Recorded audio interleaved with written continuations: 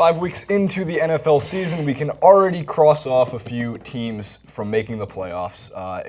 Some usual suspects, I should say. The Browns, almost immediately, you can cut them off after week 1, usually. Sometimes week 2 it takes. But there's a lot of other teams on the list, and including a very messed up division that's going to have a big impact on tonight's game between the Buccaneers and the Panthers on who could possibly not make it. If one of those teams has to fall to 1-4, that team is likely not making the playoffs. Even if it is the Panthers, it's hard to come back from a 1-4 record. But I guess we'll start. I think we have the AFC standings first, so we'll stay on that side of the conference.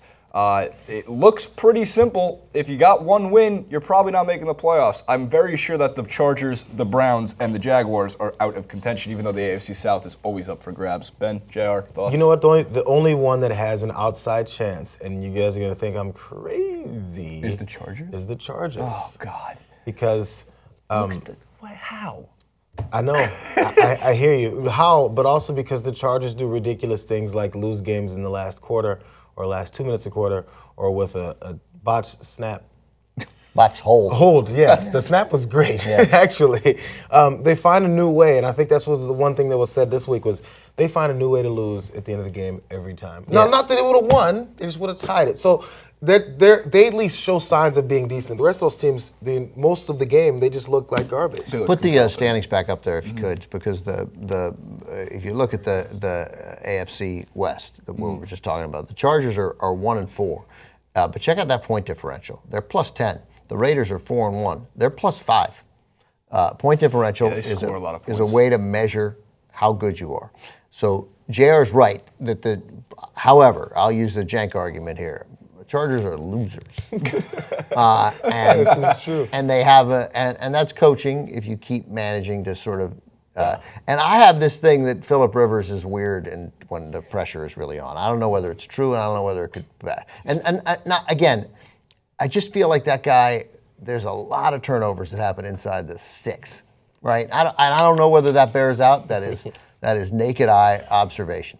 But they do manage to suck defeat from the jaws of victory on a consistent basis. But again, put the standings back up for me because you look at that, despite the point, the point differential. So I think go back to the AFC because even though the Chargers are 1-4, and could be better. You're right.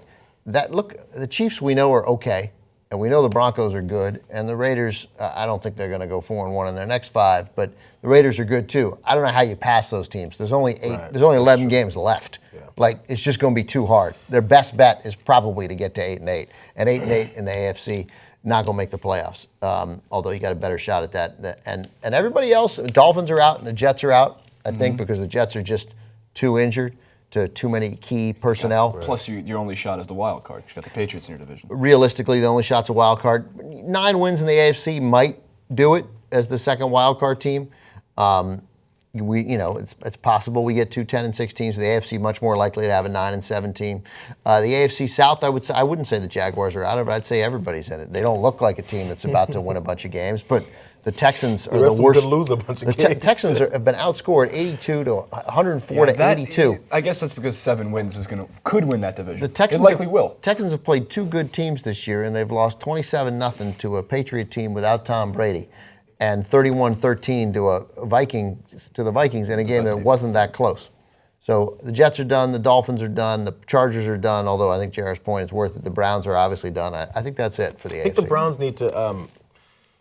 First of all, that's a really tough division. Every year, that's one of the toughest divisions in the whole league. And the Browns just don't have a chance. I don't know. They got to, move to London and start a new league or something because they can't win. They can't win there. And RG3 decided to run his shoulder into a huge, not a huge guy, just a defensive back on a play in the first week and decided to hurt himself again. Charlie Whitehurst going to probably start next week, be their 4th starting quarterback of the season in their 6th game. Oh, man. I don't know. That can't be a record, though. They've probably started 17 quarterbacks in 16 weeks. I can't imagine this is not news. These are just standard statistics. You could give the Browns credit for is being consistent.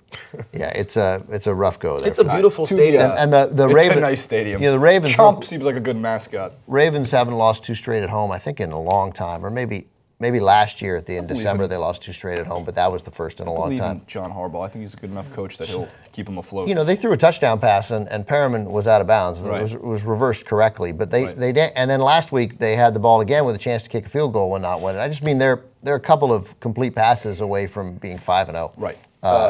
They're also, by the way, because of their early wins against weaker teams, they're also a couple of mistakes away from being 1-4. That's why it's really hard to tell in the NFL. Still, for some teams, and the Ravens are one of them. Are the Ravens good? Are the Ravens average? Or are the Ravens lucky Well, and should? To fit the context of the clip, they're not out of playoff contention. They're definitely not out of playoff contention. That's the whole point. Is we don't know. They're in that gray area of in between. They have a chance. To the NFC, It's going to take 10 wins in the NFC to make the playoffs. I Too many believe good that teams. is right. The Cowboys and Eagles atop the NFC East. I think everyone is still in that race just because the 2 rookie quarterbacks for now. We don't know if it's going to continue to be smooth sailing, but also everyone in that division besides the Giants still has to play the Packers and the Vikings. Those are 2 very tough games. Yeah. In terms of the NFC West, except for the 49ers, I think all the teams are in it there. The Bears are out, and I don't know what to make of the NFC South. I really don't. I don't want to say anybody's out. I want to say whoever loses the Monday Night Football game tonight, which the this clip is going up tomorrow. Buccaneers are. Look at that point differential. There's no way. That's Actually, you're not a right good about team. that. The Panthers aren't out though. Even if they go to 1-4 tonight, I still think they're And not no out. Cam tonight as well. And no, that's right. They have no Cam. Their defense needs to get But their. since joining the Panthers, Derek Anderson's 2 best games are against the Buccaneers. And the Buccaneers don't have this The great Buccaneers. defense, I so was reading today. The Buccaneers are like, man, I hope Cam plays. in Carolina. We don't want to get done in by Derek Anderson. Derek Anderson, a competent quarterback though. So Yeah, you know, I've noticed that. yeah. He's a staple. So I'm sorry. The last thing about Good. tonight with the Panthers, in comparison to RG3, I know Cam Newton's a bigger human being. He's got to stop throwing his head and his shoulders and his body at people. You're a quarterback. They need you. Yeah, you can be injured. Yep. Your head is not indestructible. Yeah, that's right. He's right. They got to. These guys got to. They got to. These quarterbacks who run have got to protect themselves as much as possible. Right, so we did a clip last week where I was saying, don't make Cam into a strict pocket passer. Like, he has to do a better job of either getting out of bounds or sliding, but don't take away his legs. Oh, yeah, That's no. what makes No, Cam no, Yeah, I no, got you. don't But stop you're him going to from get hit. But you still. course. But Cam has a degree of, I'll take you on. And, He's a big guy. and he's got to. And I'm sure it hurts the DB. But They were making the comparison. He's just too valuable. The to biggest the whole comparison was future like of that him franchise. to like don't let him like see his career end like Michael Vick's did just because of all the hits he took to the leg. Like his legs got cut out from underneath him. Cam's 6 inches and 50 pounds bigger than Michael Vick. Yeah, but a better traditional quarterback than Michael Vick was too. Yes, I actually think both. Well, actually, I disagree. Given the fact that they're not very accurate passers. They have arms, strong arms. They can throw it downfield, but they've never been accurate. Cam is more accurate. Cam looks like a quarterback. Cam looks like a leader and a thing that I think I he's never a quite. much better leader. Michael Vick was exciting and thrilling. Right, but, right. I agree with that. Back to the standings really quick. I mean, I guess the one I want to talk about the most just because of Sunday Night Football and my homer to the Giants. I don't want to count the Giants out just because of the rookies atop of the leaderboard, but you said, Ben, 10 wins is what it's going to take. I think so, and I mean, this is wishful thinking on my part. I think Washington's out. I don't think that. I think a division's going to be too tough for them. But they've won 3 in a row, so I don't know. And the defense might be okay. I just keep with the Packers with 98 points for. Sorry, go on. No, I just that division looks the Cowboys. I think Washington plays Philadelphia next week, and that's obviously a big game. Maybe it's in 2 weeks, but that's then we find out, and those teams start to play each other. Although I think they don't play each other till the second half of the season. Back half of the they all have to play the Vikings and the Packers. Those are not easy games. Yeah, the Vikings and the Packers are both like that's because you really only realistically assuming like Aaron Rodgers doesn't get hurt. Vikings and Packers, you get a division winner and a wild card out of that, right? Absolutely. This leaves one wild card team, and so is it the Seahawks or the Cardinals, or is it somebody one of those 3 or 4 NFC East teams? That's why I think that if the Falcons run away with the NFC South, nobody in that division is going to get a wild card. It just seems too unrealistic to me. Right. That could happen. I would also say, let's be realistic. The Rams are done. They're not winning 10 games. JR, what about your Not LA a 10-win team. To be truthful, I mean, I'm watching this team. Yes. Yes. 14-2 Super Bowl champion Los Angeles Rams. It's like how you change it They're every back week. home. Like, next 2018. week, next week when they're 3-3, it's 13-3 Super Bowl. Next 3-4, 12-4 Super Bowl. One more people we should give credit. We talked about Washington coming back, winning 3 straight games, which is impressive. After they looked really bad in the opener against Pittsburgh, they looked bad against Dallas. And then the Giants gave them hope. And then right now they've won 3 in a row. And one of them's Cleveland, and that's why I'm not buying it yet from Washington. But the Bills start 0-2. They got the Patriots and the Cardinals up next. I think Cardinals first, then the Patriots, and then out here to Los Angeles. He fired Greg Roman. The offense looks better. LaShawn McCoy looks like LaShawn McCoy from 3 years ago. That's a good point. Taylor is throwing on the run. It's a good enough quarterback to win.